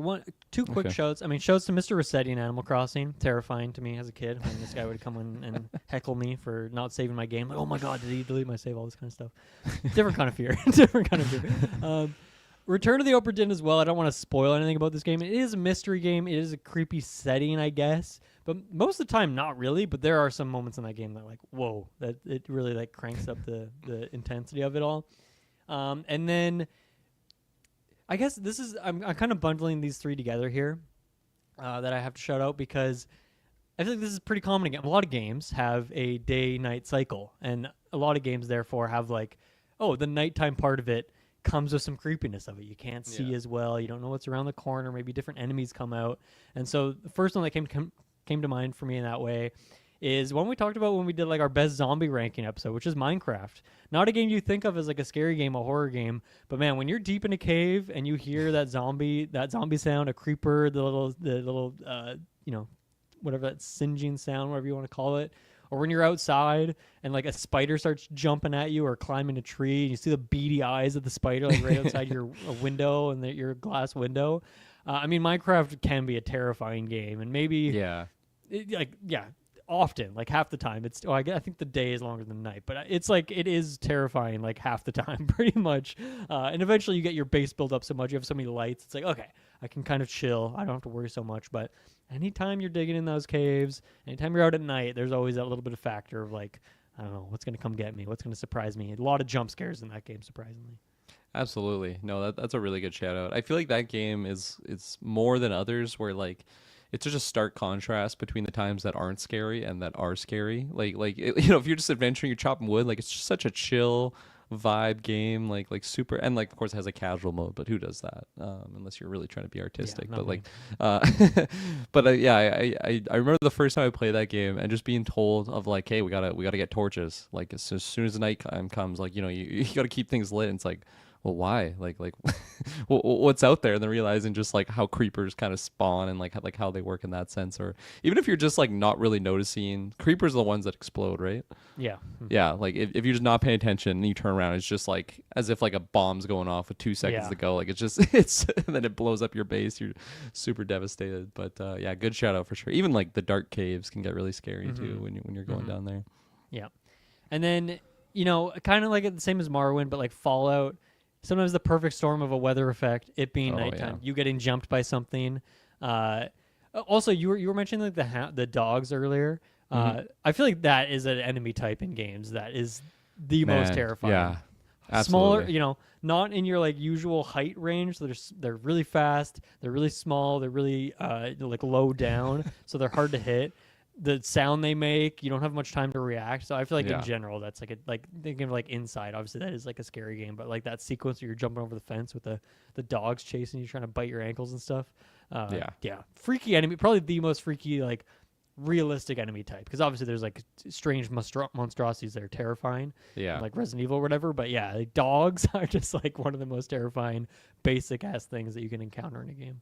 That's a really good shout out because I didn't really have it on my list, but one of my favorite games of all time, Inside, has like some of the scariest dogs chase Yeah. scenes in it with like just great audio, and then of course the water sequences in that game are terrifying also. Oh yeah, that like mermaid or not really mermaid, but Yeah. whatever the heck that fucking thing is. Oh, under the water. it's freaky. But yeah, dogs. That's probably one of like my least favorite enemy types in all of a Souls game is just the dogs, because like you encounter them early on, and it's like okay, they're not that hard to deal with, but like just their movement, it just I never can like I'm like yeah okay 2 strikes I get this, but like they just they're like auto canceling Yeah. or something. Like it's ridiculous. Yeah, they like glitch through terrain because they like have a horizontal body. And there's like, always like, more than one, so they're just Yeah. like constantly jumping at you. It's ridiculous. in zombies. The fog comes in, fetch me their souls. They get sent sicked on you. Yeah. Yeah. Oh, yeah, dogs are scary, but at the same time, we love them.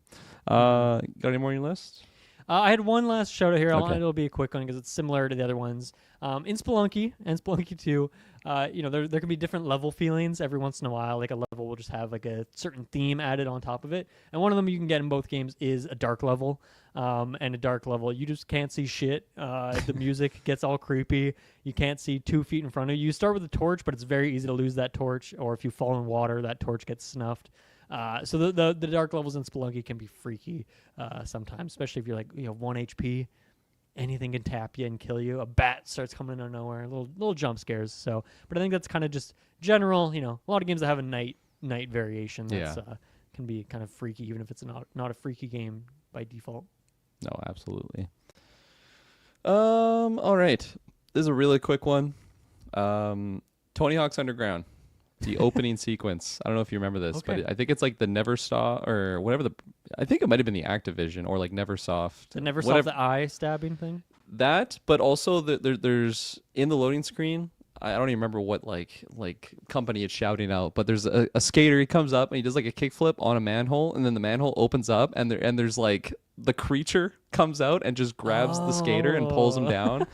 Man, I have like distinct memory of being at my cousin's house playing this at like midnight and just being so scared. Like he's asleep and I'm like, okay, I'm gonna play some Tony Hawk, and that happens. Scared the shit out of me as a kid. Wow. And That's a deep cut. I love that. should pull that up on YouTube. It is terrifying, especially that it's like a skateboarding game. Like like that's the last thing that you're expecting. And I think that was like a skater that you could unlock with like cheats or something that you could play as the monster. I'm pretty sure it's Thug, like the original Tony Hawk Underground. It might have been a different pro skater, but yeah, maybe. I thought you were going to mention in Tony Hawk's Underground on the Hawaii level when you jump into that tiki and you get taken to hell and you like, ride that's a down. good shout out too. I thought that's what you were going to shout out with Underground. I can't remember if Man. that was actually scary, but it was like definitely the first time you do it, it's quite a shock because you're Yeah. like, wait, what? such like crazy little extra things they had in those skater Yeah. games. It's awesome. Okay, I got four more.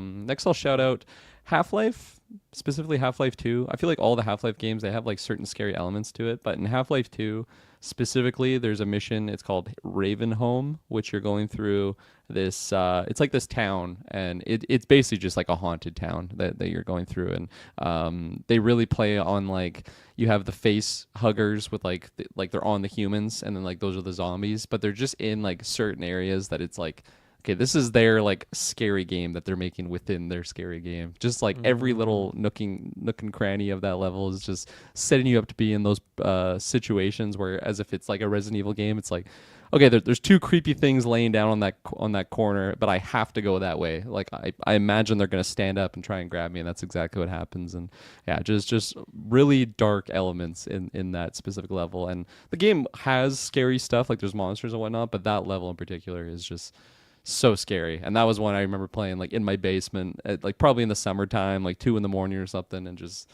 so scared. All the lights are off, and I'm just totally freaked out. I will never get over the fact that Arcane had a canceled Ravenholm game. That would have been a dream. Oh, yeah. I'm sure it would have been terrifying. Yeah. Yeah. In another world, I'm sure we would have reviewed that and had a great time. In a better world, yeah. In a better world. In a just world.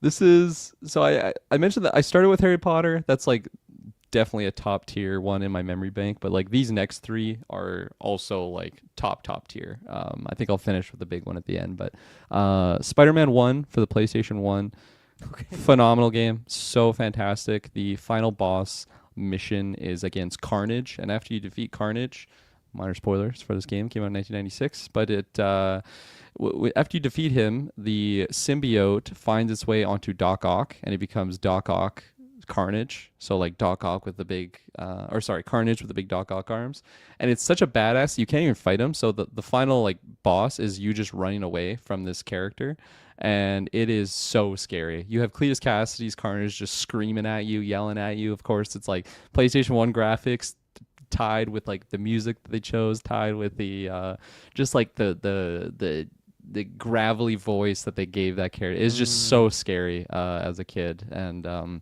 there's a couple different like chase sequences. Like at one point you're running away from Venom, or I think you're chasing Venom, but there's just scary stuff in that game. But that's like the peak moment of it. Nice. So yeah, shouts out to the PS1 Spider-Man game. Wait, I think it was also on like other various consoles. I just had it on PS1. Yeah. Next I have Rainbow Six. The original Rainbow Six game. This one, it's not really meant to be a horror game by any means, but man, because of like the terrible graphics that I had back in the day, very pixelated, and it's kind of like, it's basically ready or not. Like some of the missions where you're going into a house, you're cutting the power, so you have your night vision, which is like back in the day, it just turns the whole screen green, and like the characters are very blocky, and the audio effects were probably absolutely horrendous. So like you're entering the basement, it's like pitch black, you turn a corner, and there's just a guy standing there with a gun that just like when he shoots, it blows your eardrums because the audio is just crazy loud back then. And like I just remember getting so much like anxiety as a kid, just like entering the room and then turning, and there's just a guy there just shoots, probably like one shot kill, and like I have no idea what happened, but I'm just terrified. And I don't think I really beat a mission in that game. I think like every time I like got excited, but then I never wanted to enter the house, so it became like an exploring type game where I would just explore the outer perimeter because I wouldn't want to go into the house because I was just so scared. And yeah, it's kind of funny how you just do that as a kid in video games. Like you're limited in the games that you have, so you just find ways to enjoy them. And that's literally what I would do. I would just explore, like, and then probably making my own little narratives of like just little stories that you make in the video game. But yeah, that one terrified me so much as a kid. Shouts out to Rainbow Six. Shoutouts. And the final one, the big head honcho, that this is probably like top 2, top 1 scariest moment in video game history for me.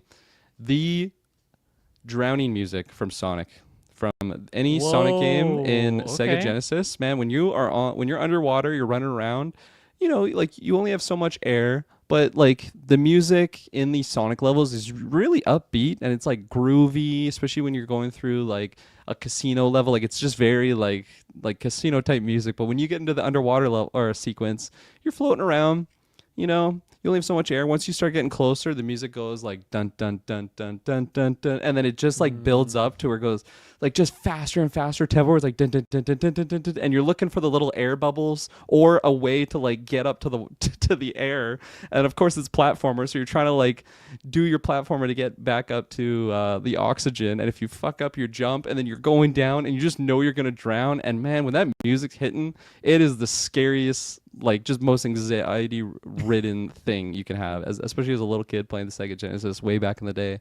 First console I ever had, and it scared me. So yeah, shouts out to pretty much every Sonic game that had that element of just like the drowning music. It was so scary. And then of course you just have Sonic just like die underwater, just so traumatic. Yeah. Fastest hedgehog in the world, but still susceptible to just drowning. And True.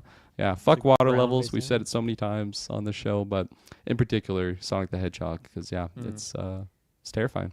You definitely awakened like this specific memory of Mario 64 and that drowning. It's not the music in that one; it's more just the animation of like Mario when he's like, "Woo, woo, whoa," and then he's like doing the dead man's flow. It's like I can't believe they did that back in the day. Yeah. I don't know what it's like if you drown in Odyssey now, but I feel like it probably just like woohoo, and then we Yeah, just like jump yeah, back exactly. to land, like compared to what it was back then.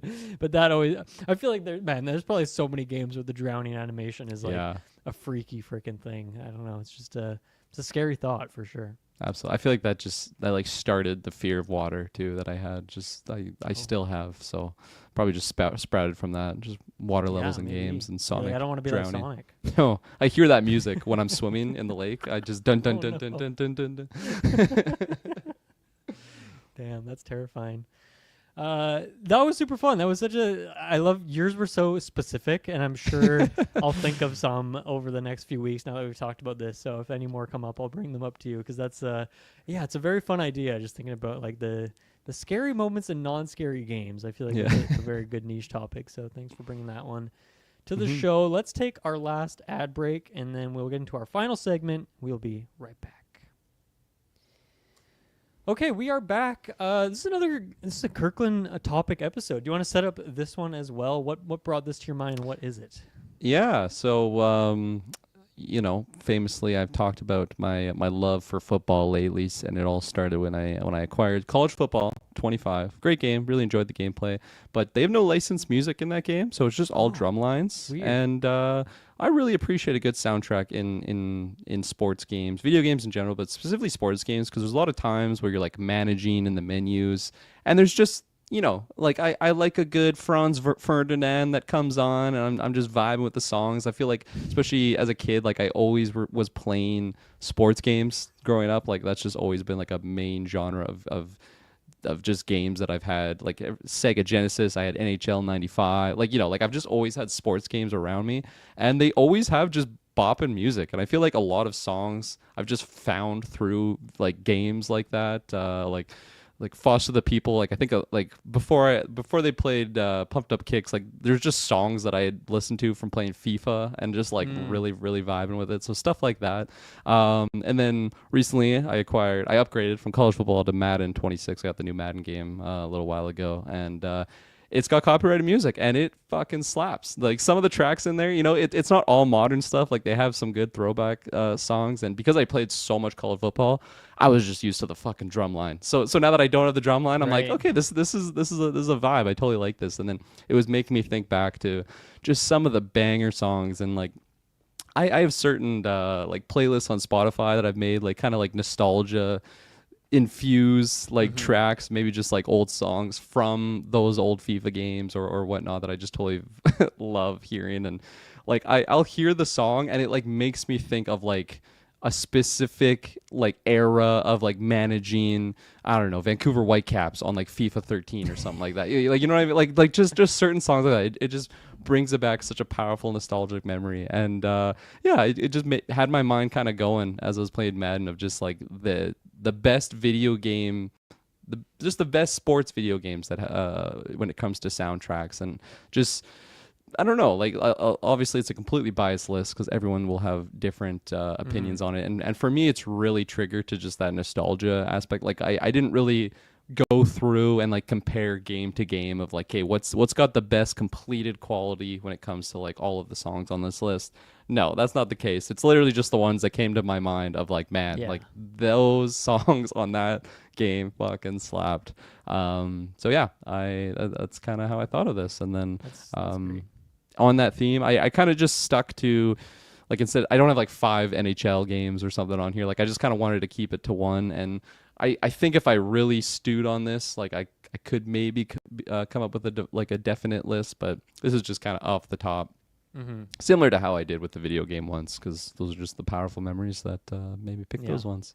I will say the one maybe good thing about that college football one is like so many games that have licensed music obviously get like delisted at some point, and like the music license runs out, and then that game just never gets released ever again. But like in theory, you know, if the next consoles are backwards compatible and the ones after that, who knows? Like in theory, that game will just be around forever, and like it will never get delisted from Steam because it's like, oh, this license ran out, we can't sell this anymore. Assuming that the drum line is like, you know, from a composer that they paid, and not like you know, a licensed song of just some guy ripping it up on the drums. But yeah, I wonder if they've like have seen. I mean, one is probably just super expensive. Maybe they were thinking about that license thing too. But yeah, I wonder if that's you know, something too. If they've just seen the stats of being like, oh yeah, people listen to this for a little bit, but then they just put on their own music. Maybe they have those stats, and they're like, okay, so what's the point of us paying all this money for these songs? Maybe we'll just put the drum track in here, and then people listen on Spotify while they play through the game. I'm not sure. That's really interesting though, that game didn't have licensed music. That seems like such a odd one-off. I can't think of other games that done that. Not that I'm a big traditional sports game guy. I don't play a lot of them, so I'm not too familiar. I think the biggest egregious one to me was going from PS3 to PS4. Whatever NHL game that was, whether it was NHL 12, it might have been NHL 12. Like that was like the big jump from like the old console to the new one. I was so gutted and devastated. That was the first time where I realized that like you could actually go backwards in games. Like it didn't have like any of like the career modes that the previous game had, and it didn't have any licensed music at all. Like it was literally just weird. Like I could have just played the demo for that game, you know, like because that's all you could do was like the play now feature where you just like, are you kidding me? Are you kidding me, EA? Like, you sold me a whole fucking price game for that? And, like, that was back when I wasn't even paying attention to this stuff. Like, just as a kid, like, I just couldn't believe that I got fucking screwed over like that by EA. And here they are all these years later still screwing people over. Yeah, your standards were so low and they still let you down. Yeah. I couldn't believe it. Like, I'm like, I can't even do my career mode. Like, why did I even buy this fucking game? So, yeah, that was a little rant that I was awakened to just now. For sure. You know, it's like I said, I didn't play a ton of these traditional sports games growing up. Like the ones that come to mind, of course, to me are like Tony Hawk and like Skate and stuff. But I've talked about those so much recently, so I don't need to talk about them more. But like those soundtracks are very iconic, and people were, you know, really pissed when they had changed a lot of those songs for like the remakes that they've done recently and all that kind of stuff. But yeah, like that's definitely a part of the aesthetic of the games, and it's hard to like rip that out of there and picture them feeling the same. You know, it's such a big part of it. So I have 3 shoutouts here, but they're probably gonna be very different than the kind of shoutouts you have. So, but yeah, I definitely still thought of some. Nice, awesome. I'll start there. Actually, I put the first Tony Hawk Pro Skater on this list. All of the games have such slapper soundtracks. I feel like Thug might be like tied with Pro Skater 1 for like the songs I would identify the most with. But Pro Skater 1, like I just remember being at my cousin's house playing that for the first time, like my first ever experience to Tony Hawk. And I think just the songs like coupled with the school level, coupled with just like the characters were like, I don't know, as a kid, like Tony Hawk, like that's the coolest guy in the world. Like, you know, just like that era of like where I was at when it comes to like my relationship with skateboarding and just getting into video, like throwing those songs in there. I feel like it was just icing on the cake of like, just, this is the coolest game I could ever experience here. Especially just, it seemed like all of my, like I had neighbors that were like a little bit older that would like skateboard and stuff. And, like that was the music they were listening to. So it's just like, oh, that's like the cool standard, you know what I mean? So like just playing Pro Skater back in the day, yeah, I love the song. And hearing them now, it's very nostalgic for all those reasons I just listed. How many do you have on your list, or are you wanting to save that? I have 4 remaining, so that was Okay. number 5. Cool. Yeah. Maybe I'll just we'll just go back Yeah. and forth, and then you might have an extra one. So I mean, like name a Nintendo game with bad music. Like you can't. It doesn't like their music's always solid. At worst, it's like fine, but like you Yeah. know they're always bangers.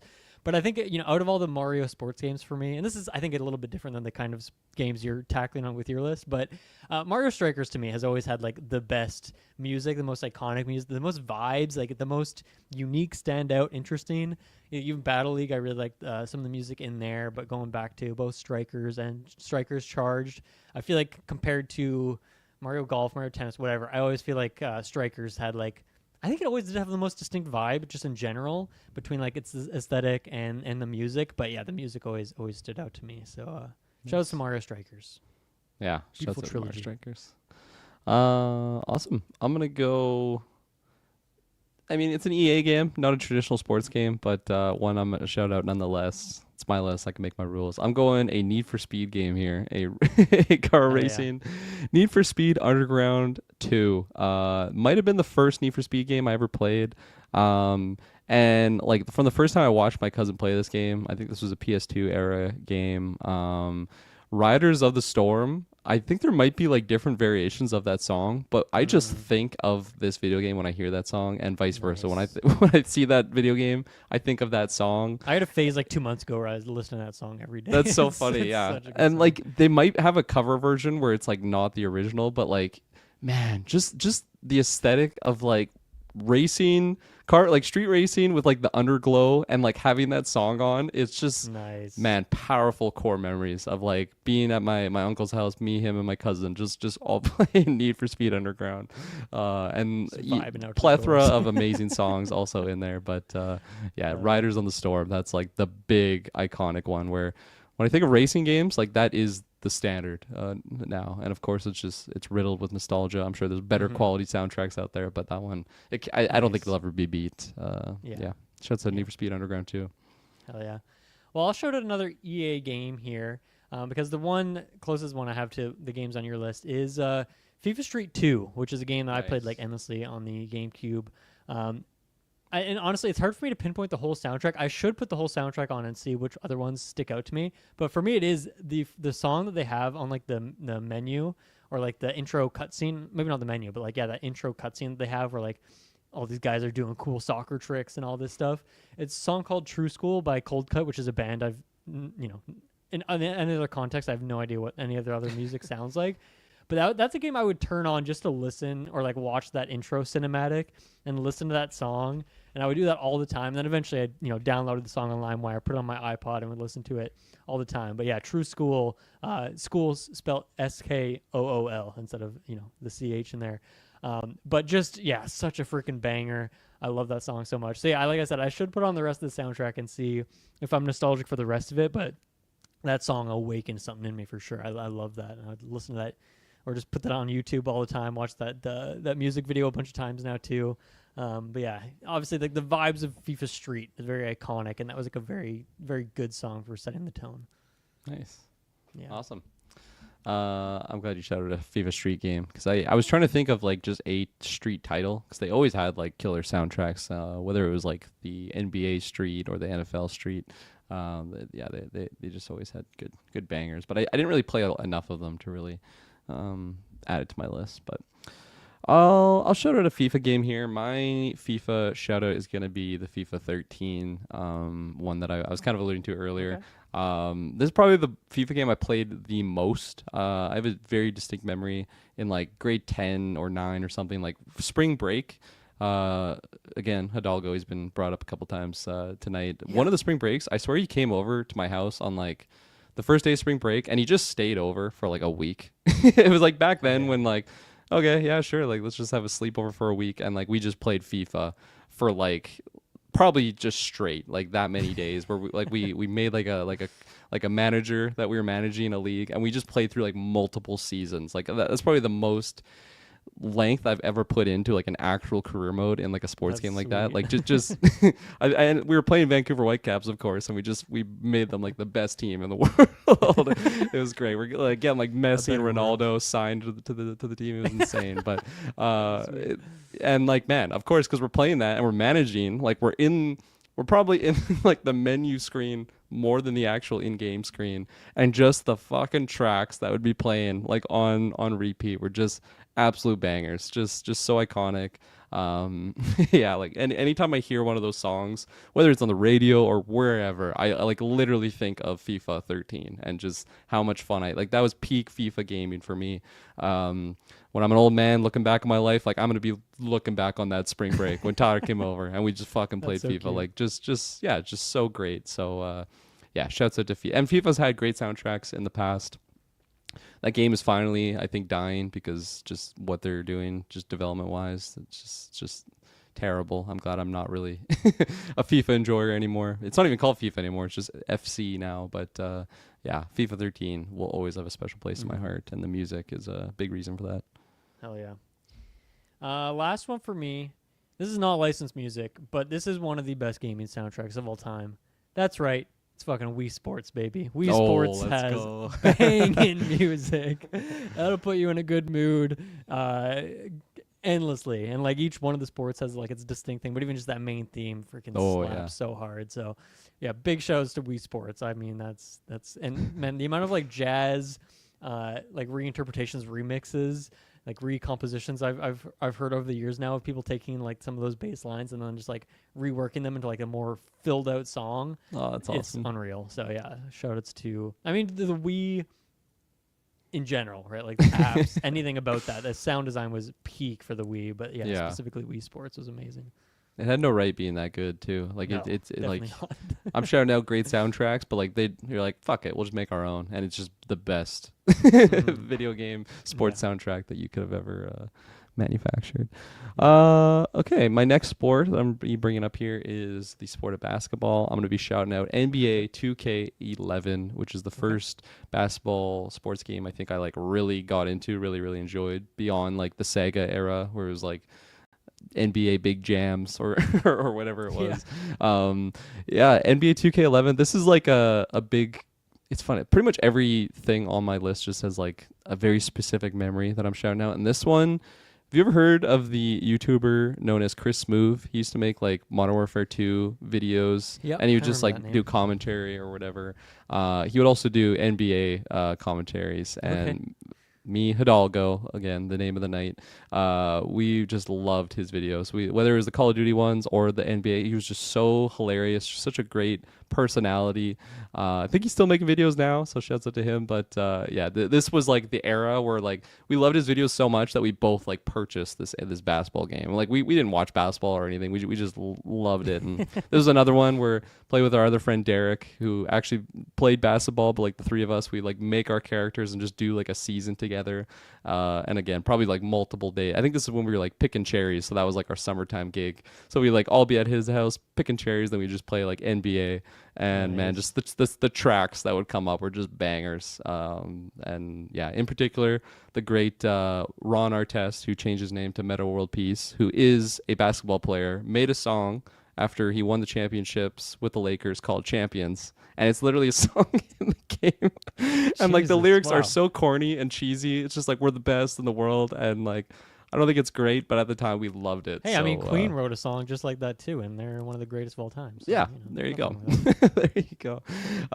So yeah, shouts out to NBA 2K11. Beautiful. My list is done, so I think you had one more, right? And the last one, which is a banger of a game, NHL 2004. This is a big iconic game for me. This was the first NHL game that we bought on like the family computer.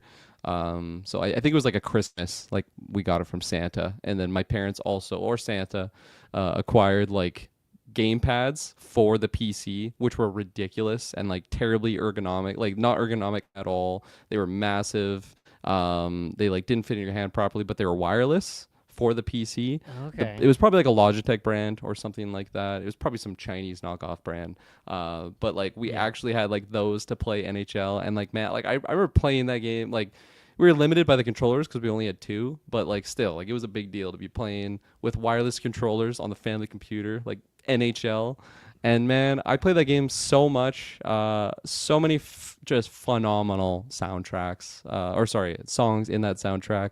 But yeah, just so many great core memories playing that game with my family. It's kind of a funny game because that was the era that the NHL was on strike, so there wasn't even NHL that year, but they put out this video game, and like typically it's like tying in with the season, but like it wasn't at all because there wasn't an actual season. But man, play that game so much. I remember like making my own teams and like making my own, like every single player I would customize and like make, like that was the era that I was in, of like just having so much fun with that game, not even playing the actual hockey games. And one of my notorious teams I made was just Hogwarts, and I made like Ron Weasley, Hermione Granger, Harry Potter, of course, was just, and they're just like 99 overalls. It was just ridiculous, but all just surrounded by phenomenal music. So yeah, big shouts out to NHL 2004. I love it. That's gorgeous. I gotta ask, is this list like also just your list of favorite sports games? I don't think so. Okay. Yeah, no, I don't think so. Because NBA 2K11 was really bad, actually. Like the gameplay was just atrocious compared to where it got to. But like, I still really have fond memories looking back on that game. Not just because of the music, but because of the nostalgia that I had surrounding it.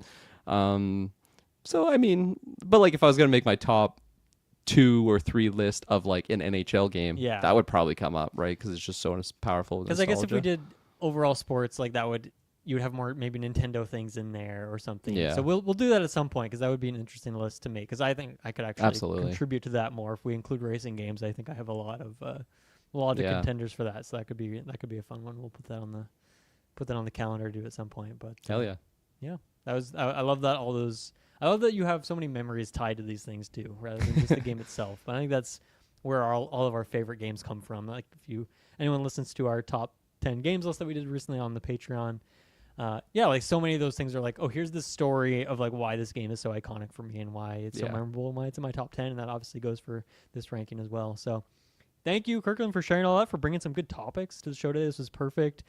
And this is like a bit of your swan song, because you're going to be going to Japan soon, and so you're not going to be on Sidequest for like a month at least, probably. So I'm glad that you were here this week and last week. And I don't know how much are you bringing any gaming system on your trip? Like when you're in your hotel, are you gaming at all? What's your plan for that? Have you thought about that? I'm bringing the Switch. I'm probably gonna try and beat 3 Houses on the plane, because I am in Act 2. So like, I think I'm multiple hours into Act 2. So I don't know how big the game is, but like I feel like I could, like 10+ hour flight, I could definitely conquer that. I don't think that would be the only thing I'm doing, but still, that's a lot of time. I was debating bringing my DS also, because when I was going down my Fire Emblem, just excitement. Like I never even beat Awakening, which I was really far into that game. I never beat Fates, which I don't even think I got really far into Fates. So that might be, if I'm just really itching for Fire Emblem. So it sounds like Fire Emblem's happening though on this trip, no matter what. Yeah, absolutely. Dude, like but not Fire Emblem Shadows specifically. No. Or Heroes, or the other ones that we shouted out. But no, I'm feeling the vibe for Fire Emblem. I mean, I was going down like the classic YouTube video where it's like the Fire Emblem iceberg. Like I'm just going down those spheres. So whenever I'm doing that for video games, that's usually when I'm getting addicted to them. So, and if you want to, on the Game Boy Advance app, there's 2 Fire Emblem games on there. Although I don't know if you can open those apps without an internet connection, which if you're on the flight, airplane mode. You can get Wi-Fi like packages. You probably just need internet to boot them up, I would think. Oh, okay. So I don't know, but just obviously you have other ones that are top of the list. But just put it in the back of your mind, if you're getting an inkling to check out Sega. But yeah, I mean, I want to eventually, but I'm gonna beat my first one first. Please do. Please do. Good call. I will try not to distract you. Excited to hear what all that is, but thank you for joining me. Thank you everyone for listening. As usual, we'll be back next week. Have a good one. Bye-bye. Bye.